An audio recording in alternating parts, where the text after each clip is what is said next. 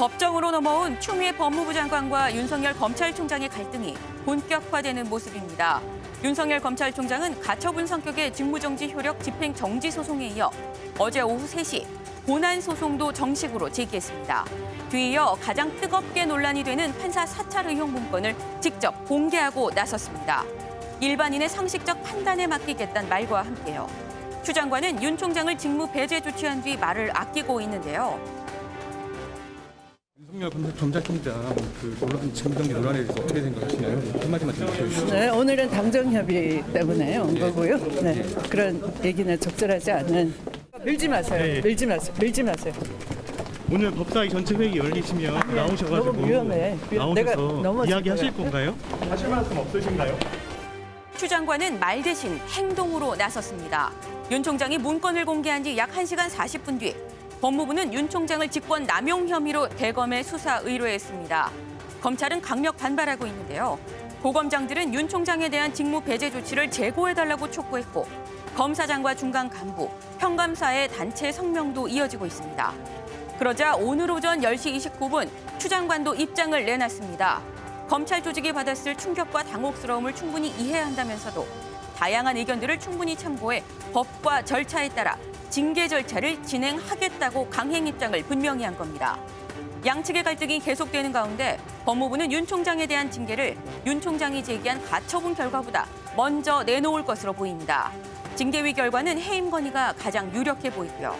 이렇게 되면 현 사태의 키를 준 건 결국 법원이 아닌 문 대통령이 되는 걸까요? 오늘의 프레스 콕입니다. 네, 윤석열 검찰총장이 추미애 장관을 상대로 법원에 행정소송을 제기를 했고요. 법무부는 이에 맞서서 윤석열 검찰총장의 직권남용 혐의에 대해서 수사를 의뢰했습니다. 자, 이 부분에서 쟁점은 과연 이 판사의 성향을 작성한 문건이 불법인지 아니면 정상적인 업무인지입니다. 자, 윤 총장 측이 여기에 대해서 이 해당 문건을 공개를 했습니다. 이 부분 한번 짚어보겠습니다. 윤지영 기자, 네. 이 문건 봤죠? 어떤 네. 내용이 들어있어요? 이 문건 일단 제목은 주요 특수 공안 사건 재판부 분석이라는 내용입니다. 변호인단이 공개한 건 모두 9페이지 정도 되는데요. 이걸 보면은 표 형태로 사건별로 판사들의 출신과 주요 판결, 세평, 그리고 특이사항 등을 정리했습니다. 좀 문제가 되는 건 역시 세평 부분입니다. 네. 그래서 저희가 이 세평에 어떤 내용들이 담겨 있는지 좀 정리를 해봤는데요. 뭐 특이사항이라고 따로 기재를 해서 검찰 간부의 처제다 이렇게 가족사항이 적혀있기도 하고 또 연로해 보이는 느낌이지만 재판 진행은 시원시원하다. 다소 보여주기식 진행을 원한다. 뭐 농구 실력이 유명하다. 이렇게 다양한 내용들이 좀 들어있었습니다. 특히 법무부가 문제를 삼고 있는 건 이 가운데서도 법원 행정처가 16년도에 무리 야기 법관 리스트에 포함시켰다는 내용, 그리고 우리법 연구회 출신이라는 내용, 그리고 주요 판결 분석 등입니다. 이러한 내용들이 결국에는 검찰이 마음에 들지 않는 판결을 내린 판사에 대한 공격의 어떤 소재로 악용되는 사례가 있을 수 있다는 건데요. 그래서 지금 법무부는 수사를 의뢰하게 된 상황인데 여기에 대해서는 지금 그 변호인단 측은 이 문건을 직접 보고 이게 정말로 사찰 문건인가 판단을 해주시라라고 얘기를 한 상황입니다. 그렇습니다. 윤지원 기자 설명대로 윤석열 총장 측이 이 문건을 공개한 이유, 이거는 전혀 불법 사찰이 아니다라는 자신감일 겁니다. 이동석 기자, 그럼 이걸 본 판사들 반응은 어떤가요? 네, 앞서 말씀드린다시피 그 윤석열 검찰총장의 변호인은 이렇게 말했습니다. 공판 절차에 따라 검사들의 지도를 위한 업무 보고용이었다, 참고용이었다고 밝혔는데요. 작성한 목적과 공개된 자료를 수집한 과정을 비춰보아 사찰은 아니었다, 이렇게 사찰이 아니다라고 주장을 했습니다. 또한 수사정보정책관실의 직무 범위는 공판 수행 관련 정보도 포함된다며 공판 수행은 사찰이 아니다라고 이렇게 말했는데요. 일단 재판부 문건에 등장한 판사들의 의견은 굉장히 엇갈렸습니다. 한 언론과의 인터뷰에서 이게 사찰이 아니면 뭐가 사찰이냐 이렇게 강한 불만을 드러냈고요. 네. 또 다른 판사는 이렇게 말했습니다. 기소할 만한 사항은 아니다라는 입장을 전하며 굉장히 상반된 입장을 내놨습니다. 자, 이 문건 내용 그리고 상반되는 판사들의 입장까지 들어봤습니다. 그렇다면 과연 이 문건 불법 사찰에 해당하는 것인가 아니면 정말로 정상적인 업무의 범위에 들어가는 내용인가? 자, 우리 두 분 평론가님의 의견을 좀 듣겠습니다. 윤경호 의원님은 어떻게 보세요? 수사정보정책관실 저기서 하는 일의 범위는 검찰 내부에서 알고 있겠죠. 네. 그러나 저런 일이라면 저건 정말 부적절하다. 아까 뭐였죠? 이 특수공안사건 재판부에 대한 분석이에요. 아니 공소유지를 위해서 검사들이 재판부의 성향을 파악을 해야만 한다. 이런 발상 자체가 저는 지금의 검찰의 모습에 민낯이다. 검찰이 이 범죄정보기획관실이라는 이름으로 자체 정보 수집을 하기 시작하는 조직을 만들었을 때 굉장히 주변에서 우려를 했었습니다. 네. 검찰이 갖고 있는 기속 독점 이 권한에다가 정보까지도 검찰이 거기에 더한다면 이건 아마 통제가 안 될 수 있다 이런 우려들을 했는데 그런 조직들이 이제 하나씩 자리를 잡고 또 그런 조직들이 업무를 넓혀가면서 결국 수사정보정책관실이라는 곳에서 저렇게 재판부 판사들에 대해서 분석을 하는 지경까지 갔어요. 제가 보기에는 제가 만약에 저 판사 당사자들이라면 네. 굉장한 불쾌감과 함께 모욕감도 느낄 것 같아요. 저걸 어느 판사가 해당 판사인지는 모르지만 해당 판사 30 몇 명이라고 하지 않습니까? 네. 해당 판사 중에 과연 저게 별 문제가 아니다라고 얘기를 할 수 있는 사람이 제정신일까? 전 그런 점에서 이게 사찰 문건이냐 아니냐 이건 중요하지 않다고 봅니다. 그러나 이런 행위 자체를 당사자들, 피평가자, 판사들이 어떻게 생각하느냐 이걸 들어보면 이게 합당한 행위인지 아닌지 이걸 저는 가려낼 수 있다.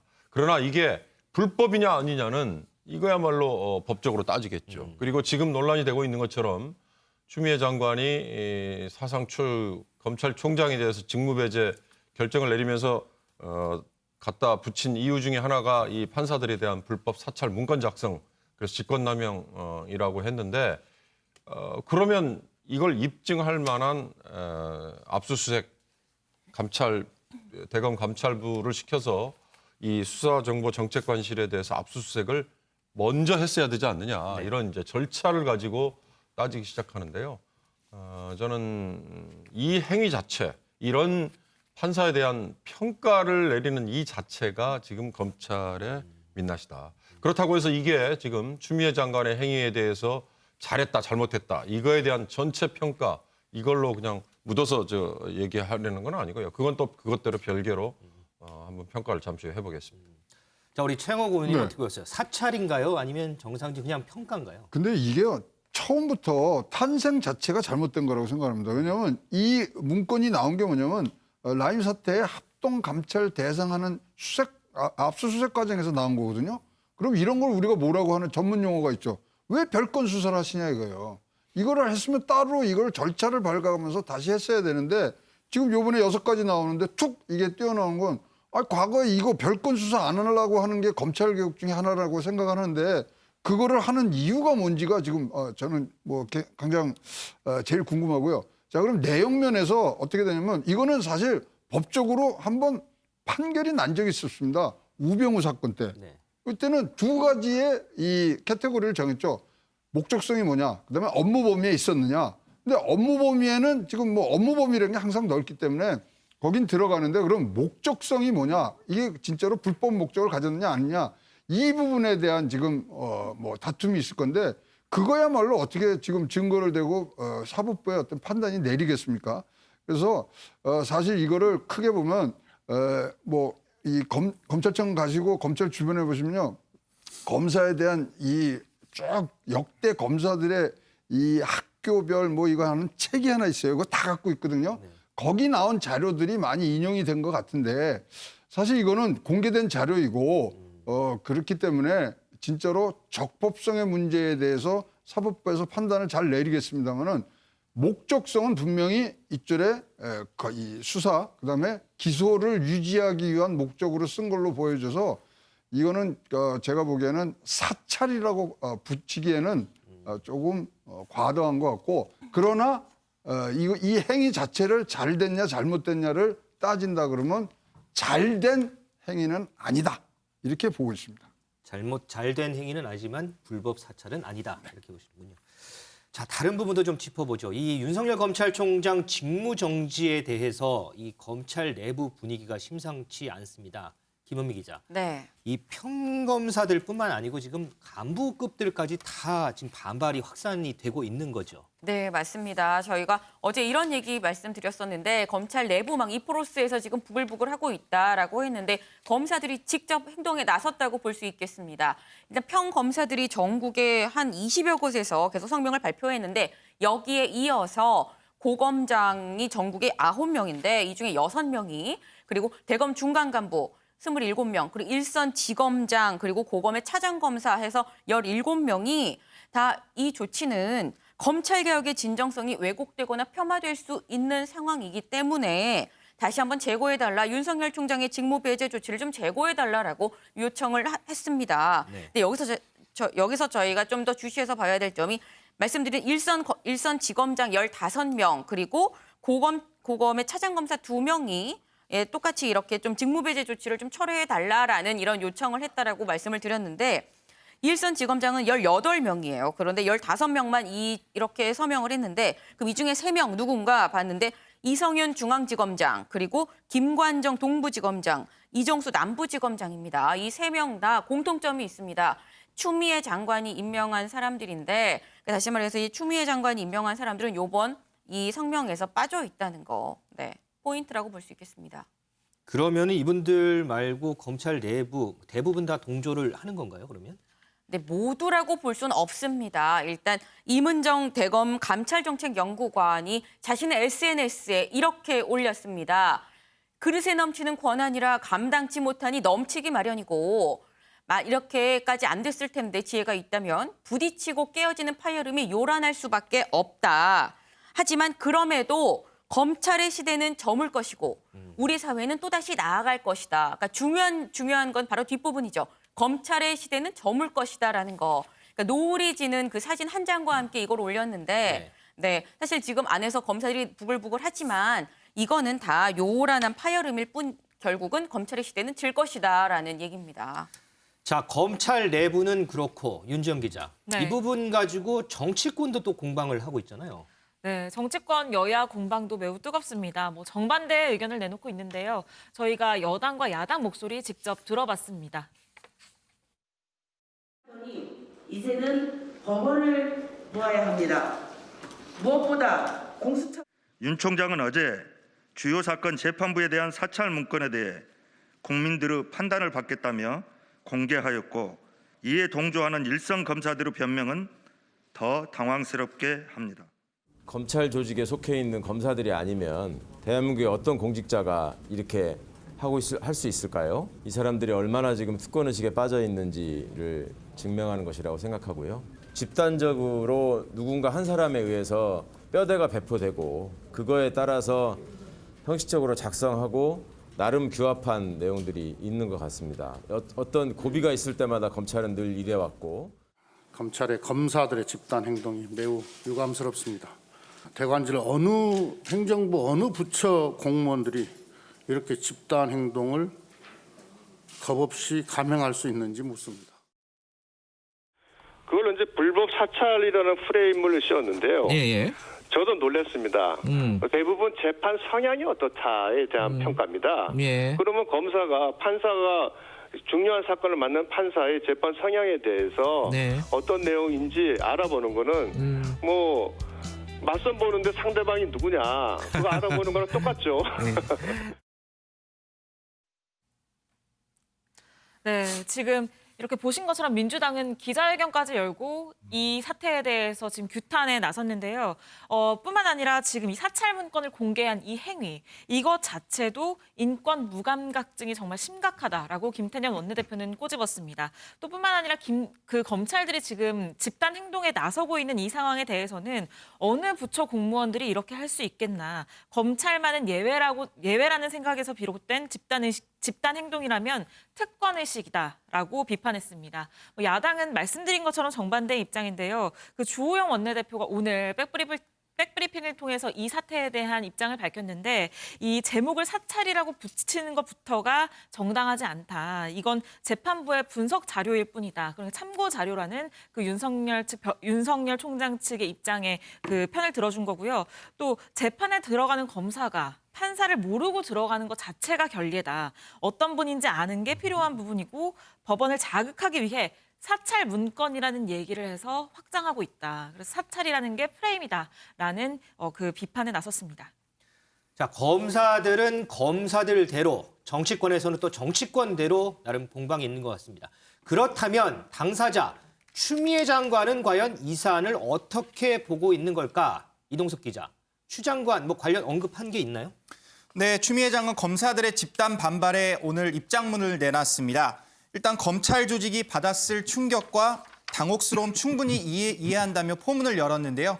일단 달래기에 나선 모습으로 입장문을 시작했습니다.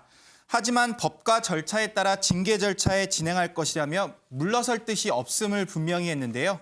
결국 윤석열 총장과 한판 해보겠다 이런 뜻을 내비친 것으로 보입니다. 검찰개혁 노력이 모두 물거품으로 돌아가는 것 같아서 심한 자괴감을 느꼈다 이렇게도 전했는데요. 또 흔들림 없이 국민을 위해 봉사하는 마음으로 직무에 전념해 주시길 당부드린다며 이렇게 검찰을 돌려서 이렇게 압박에 나섰습니다. 검사들의 당혹스러움은 이해한다.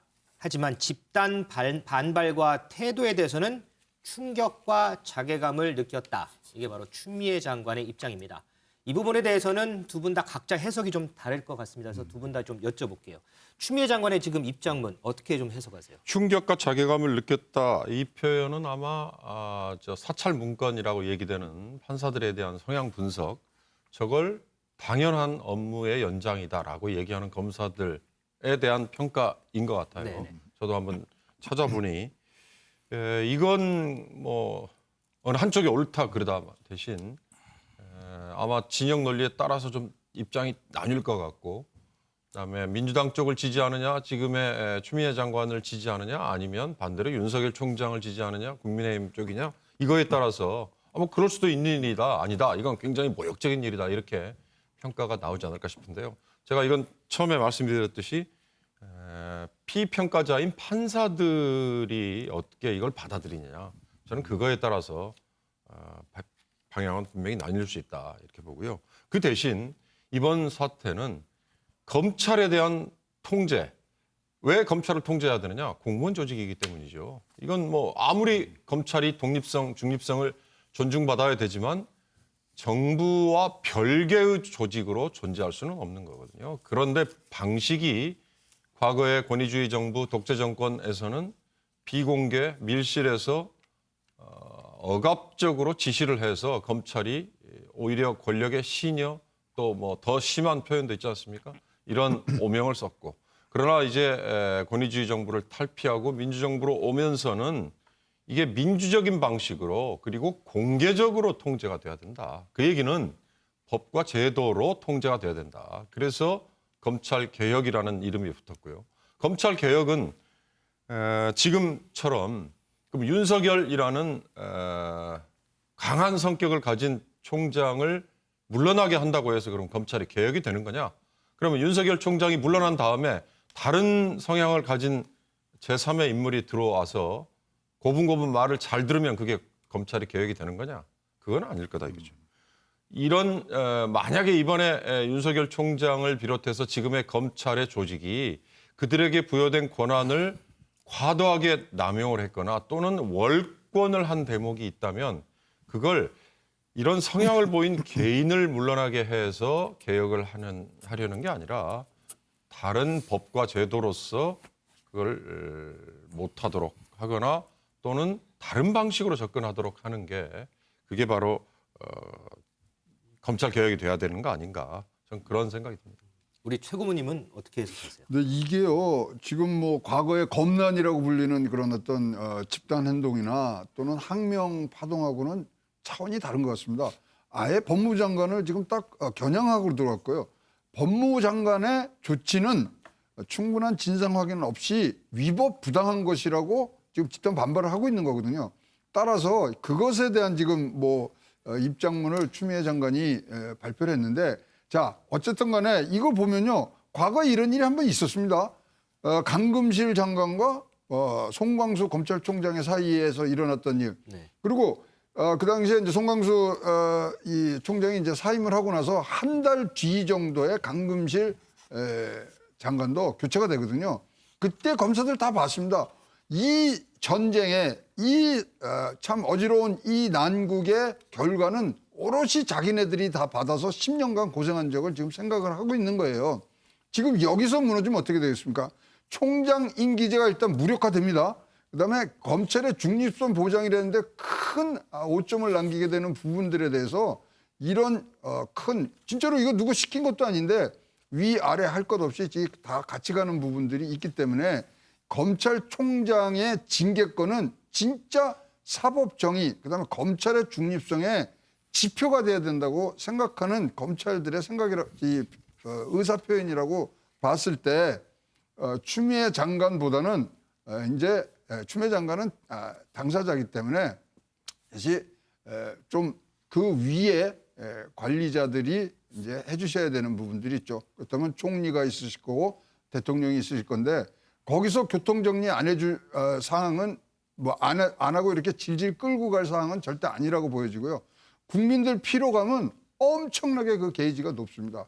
따라서 빠른 시일 내에 누가 되든지 이거는 한쪽 편에 손을 들어줄 수밖에 없는 게임이라면 빨리 해서 거기서부터 다른 검찰개혁의 시작이 돼야 된다고 생각을 합니다. 그 부분은 저희가 다 조금 있다가 다시 한번 더 자세히 좀 나눠보도록 하겠습니다. 자, 김은미 기자. 근데 취재하는 과정에 윤석열 총장 관련해가지고 조금 눈길을 끄는 부분이 있었다. 오늘 회의 시간에 얘기를 했잖아요. 어떤 부분이에요? 네, 맞습니다. 사실 저희가 거의 매일같이 윤석열 검찰총장에 대해서 지금 소식을 전해드리고 있는데 이제 소식을 전해드리기 위해서 저희도 이제 매일같이 방송 직전까지 좀 취재를 합니다. 그런 과정에서 윤석열 검찰총장의 카카오톡 프로필 사진이 바뀐 것을 오늘 오전 발견을 했는데요. 네. 일단 먼저 사진 보여주시면 네, 왼쪽에 보이는 저 뒷모습 검찰 그 마크 앞에 있는 윤석열 검찰총장의 뒷모습이 최소 지난 9월부터 어제까지는 바로 저 사진이었었습니다. 네네네. 그런데 오늘 확인을 했는데 아무런 사진도 없이 저렇게 프로필 사진이 없어졌는데요.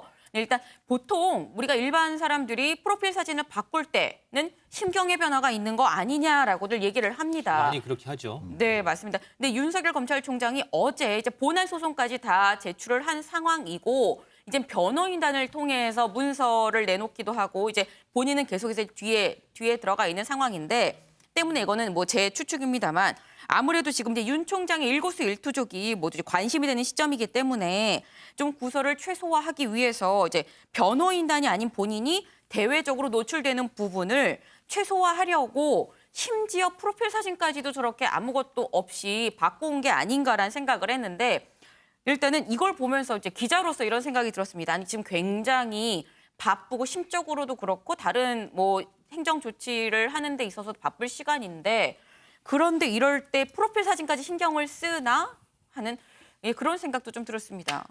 왜 과거에 조국 전 장관 관련해서도 조국 전 장관도 푸사라 그러죠. 이 프로필 사진을 바꾸는 게 상당히 좀 화제가 됐는데 글쎄요. 윤석열 총장이 본인의 캐리커처를 저렇게 프로필 사진으로 했다가 아무것도 없는 걸로 바꾸는 게 김은미 기자의 분석대로 정말 심경에 뭔가 변화가 있는 건지 그 부분은 뭐 앞으로도 계속 이제 일이 벌어지니까요. 그건 한번 살펴보도록 하겠습니다.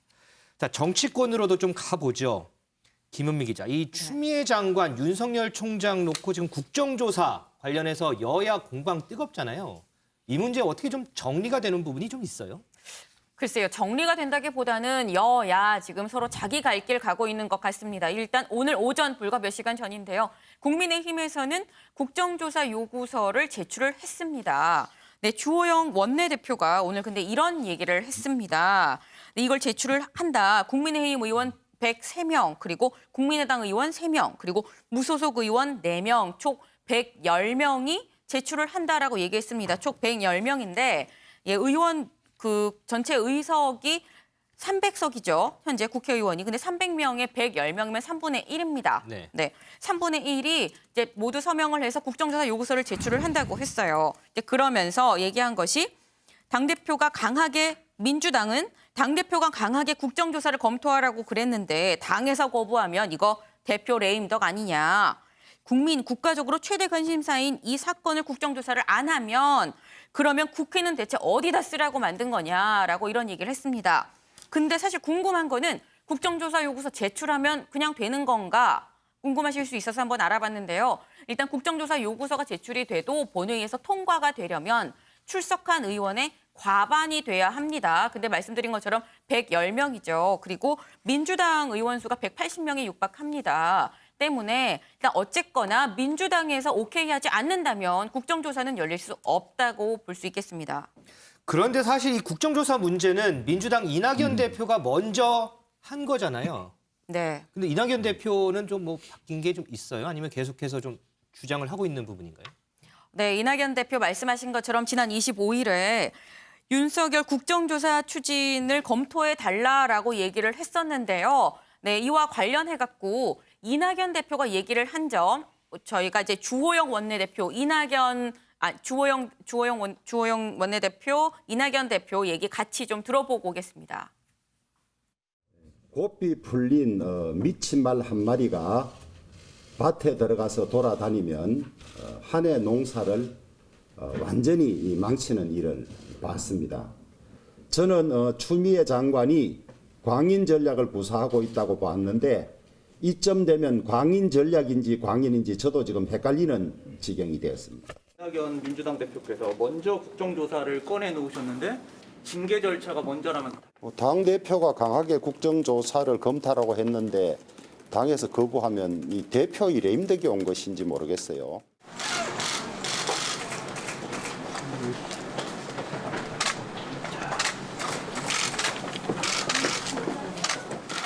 중대한 사안을 국회가 조사 확인하고 제도적으로 정리하는 것은 너무나 당연한 일입니다. 그러나 야당은 그렇게 심각한 문제마저 정쟁이나 정치 게임으로 끌고 가려 하고 있습니다. 그런 중대 사안을 국회가 방치하거나 정치 게임으로 전락시키면 국회도 공범자가 되는 것입니다. 법무부 감찰과 검찰 수사를 지켜보고 그 결과를 토대로 국회는 국회의 책임을 다해야 합니다. 네, 지금 영상 보셨는데요. 이낙연 대표 이렇게 얘기합니다. 이렇게 중대한 사안을 국회가 조사하고 확인해서 제도적으로 정리하는 건 너무나 당연한 일이다. 그러면서 국회는 법무부 감찰과 검찰 수사를 지켜보고 그 결과를 토대로 국회의 책임을 다해야 한다라고 얘기를 했습니다. 그런데 지난 25일이랑 비교를 해봤을 때 조금 뉘앙스가 다른 점을 아마 아실 수 있을 텐데요. 지난 25일에는 국정조사 추진을 검토해달라라고 확정적으로 좀 얘기를 했었는데 오늘은 일단 국회가 뭐 국정조사를 해야 되는 건 당연하다 하지만 법무부 감찰 그리고 감찰 수사를 지켜보고 그 결과를 토대로 국회가 나서야 한다라고 한 발 물러선 모습입니다. 국정조사를 해야 한다. 아니다. 조금 더 지켜보자. 최 고문님. 네. 국정조사 열릴 수 있을까요? 이게 뭐 양쪽을 다 하자는 거니까 지금 하는데 사실 국정조사가 지금 필요 없는 상황이라고 저는 봐요. 왜냐하면 지금 검찰이 아니라 지금 사법부의 지금 판단을 받도록 지금 소송이 지금 벌어지고 있기 때문에 자, 그렇다면 지금까지 나왔던 행태만 다뤄하시면 됩니다. 지금 직무 정지가 먼저 나왔잖아요. 네. 직무 정지가 나오려면 그 전에 조사 감찰이 있고 수사가 있어야 되는데 이게 지금 거꾸로 됐어요. 직무 정지를 해놓고 지금 감찰하고 수사하고 있거든요. 다시 그러면 사법부의 판단을 받는 과정에 우리가 들어갔으면 이 부분 이거를 잘 지켜주면서 이러한 이유로 지금 누구도 지금 왜 윤석열 총장이 이렇게 직무 정지가 돼야 되는 걸 한 줄로 표현해 줄 수 있는 부분이 하나도 없거든요. 그리고 저는 이거는 지금 두 사람이 지금 싸우는 그런 쌍방폭력이 아니라 사실 일방적으로 지금 윤석열 총장이 지금 당하고 있는 거라고 보여지기 때문에 그렇다면 전체적으로 봤을 때 프로세스를 잘 가는 것이 우리나라 사법 정의와 그다음에 사법 시스템의 정립을 위해서 굉장히 중요하다고 보기 때문에 자, 사법부에서 결정한 대로 나오는 결론을 잘 따라주는 부분들이 이번에는 꼭 있어야 될 것 같고요. 난 두 분 다 무슨 지금 해임하는 게 다들 지금 어떤 이 해결책으로 얘기하는데 꼭 그렇다고 보지는 않습니다. 누구든지 살아남겠지만 그걸로 인해서 지금 흐트러진 사법 조직의 프로세스 개혁은 지금 계속돼야 된다고 보여집니다. 최영호 고문은 이 국정조사가 필요 없는 사안이다 이렇게 평론을 해주셨는데 우리 윤경호 위원님은 어떻게 보세요? 국정조사가 불가능하죠. 불가능하죠. 예, 현실적으로. 이낙연 대표가 한 얘기는 아마 제가 보기엔 뭐 이렇게 당대표의 얘기를 실언이라고 얘기할 것까지는 아니겠지만 처음에는 윤석열 총장에 대해서 공세 고삐를 더 조이기 위해서 꺼낸 얘기였는데 그게 덥석 야당에서 받겠다. 거기다가 추미애 장관까지 더 더해가지고 국정조사하자. 이렇게 하면서 이게 커져버리니까 그걸 받기가 힘든 상황이 돼버렸죠. 왜냐하면 지난번에 국정감사 때 판을 벌려주니 오히려 윤석열 총장이 더 주목을 받아버리는 그런 트라우마가 있기 때문에 국정조사는 현실적으로 절대로 받지 않을 거고 불가능할 겁니다. 다만 이 상황이 지금 행정소송 그리고 소송의 뭐 직무정지에 대한 가처분 신청에 대한 법원의 판단 그리고 2일 날 예정된 윤석열 총장에 대한 뭐 징계위원회, 심사위원회인가요? 위원회 뭐 이런 일련의 수순들이 지금 있기 때문에 일방적인 일정대로 그냥 흘러가는 거 이건 불가피해요. 그러나 이 상황에서 정치권이 뭐 끼어들어서 이걸 물꼬를 더 틀겠다. 이거는 제가 보기에는 의미가 없을 것 같고요. 이미 지금 루비콘강 건넜다. 이렇게 얘기해야 될 수밖에 없을 것 같습니다. 알겠습니다. 자, 각 정당 이 회의실 뒤에 보면요. 여러 문구들이나 이 글씨를 써놓은 백드롭이라고 하죠. 저희가 어제 국민의힘 백드롭 관련 얘기를 해드렸는데 윤정 기자, 또 하루 만에 또 바뀌었더라고요. 네, 맞습니다. 오늘은 다른 회의실에 다른 내용의 백드롭을 지금 설치를 한 건데요. 네. 어제는 지난 2013년도에 최동욱 당시 검찰총장이 사의 표명을 했을 때 그 당시 문재인 대통령이 올렸던 SNS를 캡처해서 올렸었고요. 그랬죠. 오늘은 그 지난 윤석열 지난해 총장 전에. 임명 당시에 그 문재인 대통령이 했던 얘기와 함께 문재인 대통령과 윤석열 총장의 사진을 함께 올렸습니다. 결국에는 과거의 문재인 대통령의 발언으로 다시 문 대통령을 공격에 나선 건데요. 말 바꾸기 하고 있는 것 아니냐는 겁니다. 지금 국민의힘은 살아있는 권력에 대한 수사로 인해서 윤석열 총장을 찍어내기를 하고 있다 이렇게 주장을 하고 있는 상황이거든요. 네. 그렇기 때문에 지금 저렇게 백드롭을 건 거고요. 또 현재 국민의힘 초선 의원들은 청와대를 방문했다고 합니다. 지금 11시 15분쯤에 도착을 했는데 이 국민의힘은 청와대 그 문재인 대통령이 침묵하고 있는 이 상황에 대해서 지금 비판을 계속 해오고 있는 상황이거든요. 지금 저 보이는 그렇기 화면이죠. 때문에 지금 피켓을 들고 있는 저 피켓에는 더 이상 침묵하지 마십시오라는 대통령에게 보내는 메시지가 써 있고요. 또 대통령에게 보내는 질의서를 지금 함께 들고 가서 이 질의서를 대통령에게 전달을 해달라라고 얘기를 하고 있는 상황이고요. 지금 저 상황이 3시간 정도 이어지고 있는 걸로 보이는데 그 청와대는 코로나19로 인한 방역 때문에 질의서 직접 전달은 어렵다라고 얘기를 해서 지금 대치 중입니다. 아무래도 국민의힘의 경우에는 지금 민주당은 180석의 거대 여당이기 때문에 어떤 국회에서 지금 맞설 수 있는 방법이 뾰족하게 없는 상황입니다. 그렇다 보니까 백드롭이라든지 아니면 저렇게 피켓 혹은 질의서 전달 등을 통해서 어떤 여론에 호소를 하는 전략으로 지금 가고 있는 것 같습니다. 자, 이렇게 야당은 계속해서 문재인 대통령의 입장 표명을 요구하고 있습니다. 그런데 김은미 기자, 이 문 대통령의 복심이라고 불렸죠. 이 민주당 윤건영 의원, 이와 관련해서 또 뭐 한마디 했죠. 네, 맞습니다. 윤건영 의원. 지난 1월까지 청와대 국정기획상황실장을 했습니다. 말씀하신 것처럼 문 대통령에 대한 복심인데 일각에서는 문 대통령이 말을 놓는 몇 안 되는 사람 중에 하나다라는 얘기까지 있을 정도로 굉장한 최측근입니다. 윤건영 의원이 직접 나섰는데요. 자신의 SNS에 대통령을 끌어들이는 비열한 정치 그만두라.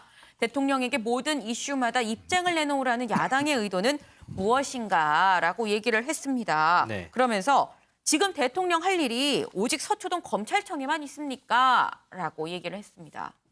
자, 이런 야당의 요구에 청와대는 어제 저희가 전해드렸는데 지금 대통령이 뭔가를 언급하는 건 가이드라인을 주는 거 아니겠느냐 이런 우려를 표명하고 있고 방금 들으신 대로 윤건영, 복심이라고 일컫는 윤건영 의원은 대통령이 할 일이 서초동일 뿐이냐 이렇게 맞받고 있습니다. 자, 윤경호 의원님. 대통령이 지금은 지켜보는 게 맞는 건가요? 아니면 이 상황에서 뭔가 입장을 표명을 하는 게 맞는 건가요? 입장 표명하지 않아도 지금 추미애 장관이 하고 있는 일이 대통령의 뜻에 반해서 저렇게 할 수는 없는 거죠. 왜? 지금 집권당도 이미 추미애 장관을 밀어주고 있지 않습니까? 저도 사실 평소에 이런 사안에 대해서는 청와대가 따로 있고 집권당, 여당 따로 있고 그리고 뭐 해당 부처 따로 이거는 아니라고 봤는데 이번에는 마치 청와대는 제3자인 것처럼 빠져 있는데요. 그럴 수 있는 사안이 아니죠. 지금 추미애 장관이 칼을 빼고 윤석열 총장을 향해서 내리치고 있는 이거는 대통령의 뜻이죠.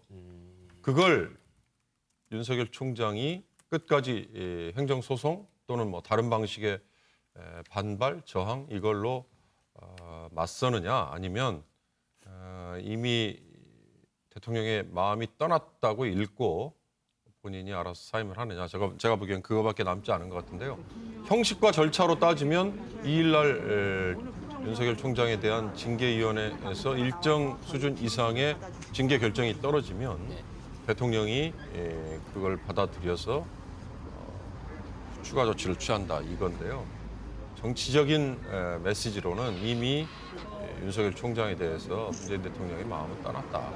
왜냐인 거는 이거야말로 해석이 분분하겠습니다만 제가 보기에는 조국 전 민정수석을 법무장관에 지명을 했을 때 몇몇 사람들의 증언처럼 검찰총장이 조국이라는 사람이 법무장관 되는 건 도저히 두고 못 보겠다라고 하는 얘기가 직접간접으로 가는 거. 이거는 인사권에 대한 도전이었다. 실제로 인사청문회가 벌어지고 있는 날 부인에 대해서 사문서 위조의 공소시효라는 이유로 기어이 기소를 강행했던 이런 거. 그리고 최근에는 선출직의 정점인 대통령이 내린 결정, 탈원전의 상징인 원전과 관련해서 내린 정책 수사를 치고 들어갔던 뭐 이런 거에 대해서 이 대통령에 대해서 살아있는 권력 수사라고 그랬더니 대통령에 대해서 직접 치고 들어오는구나. 이런 생각을 지금 하고 있다. 이렇게 여당에서 얘기하지 않습니까? 아마 그게 저는 지금 청와대의 생각이고 대통령의 생각이 아닐까. 그런 점에서 지금 대통령이 뭐라고 구체적으로 얘기 안 해도 추미애 장관이 하고 있는 게 대통령의 생각일 것 같다. 저는 그렇게 해석이 됩니다. 언급은 하고 있지 않지만 지금 벌어지는 일련의 상황들이 대통령이 언급한 거나 마찬가지다. 이렇게 보시는군요. 자, 우리 최고문의위원은 이런 질문 드려볼게요. 네. 문재인 대통령이 참모들에게 절차대로 하면 된다 이런 뜻을 전달을 했다고 해요. 이거는 어떤 의미의 발언일까요? 사실 이거 과거에 있던 아까 예를 들었던 강금실 송광수 이 다툼 때를 보시면 그때 노무현 대통령께서 이제 굉장히 적극적으로 개입을 하십니다. 근데 싸움이 그때 어떻게 번졌냐면 검찰 대 청와대로 완전히 옮겨 붙어갖고 이게 굉장히 커졌는데 당시에 지금 현재 문재인 대통령은 사회정책수석을 하고 계시죠. 그래서 옆에서 다 본 거예요. 아, 이게 올라붙어서 개혁이라는 검찰 개혁이라는 부분이 이런 식으로 청와대와 검찰이 붙어서 한다니까 이게 이런 식으로 번졌고 그 이후에 그 후폭풍 등을 너무나 잘 알고 있기 때문에 트라우마가 좀 있는 것이라고 생각을 해요. 윤경호 의원께서 말씀하신 내용에 대해서는 저 100% 동감합니다. 침묵이 어떤 때는 더 많은 거를 지금 설명을 하고 있거든요.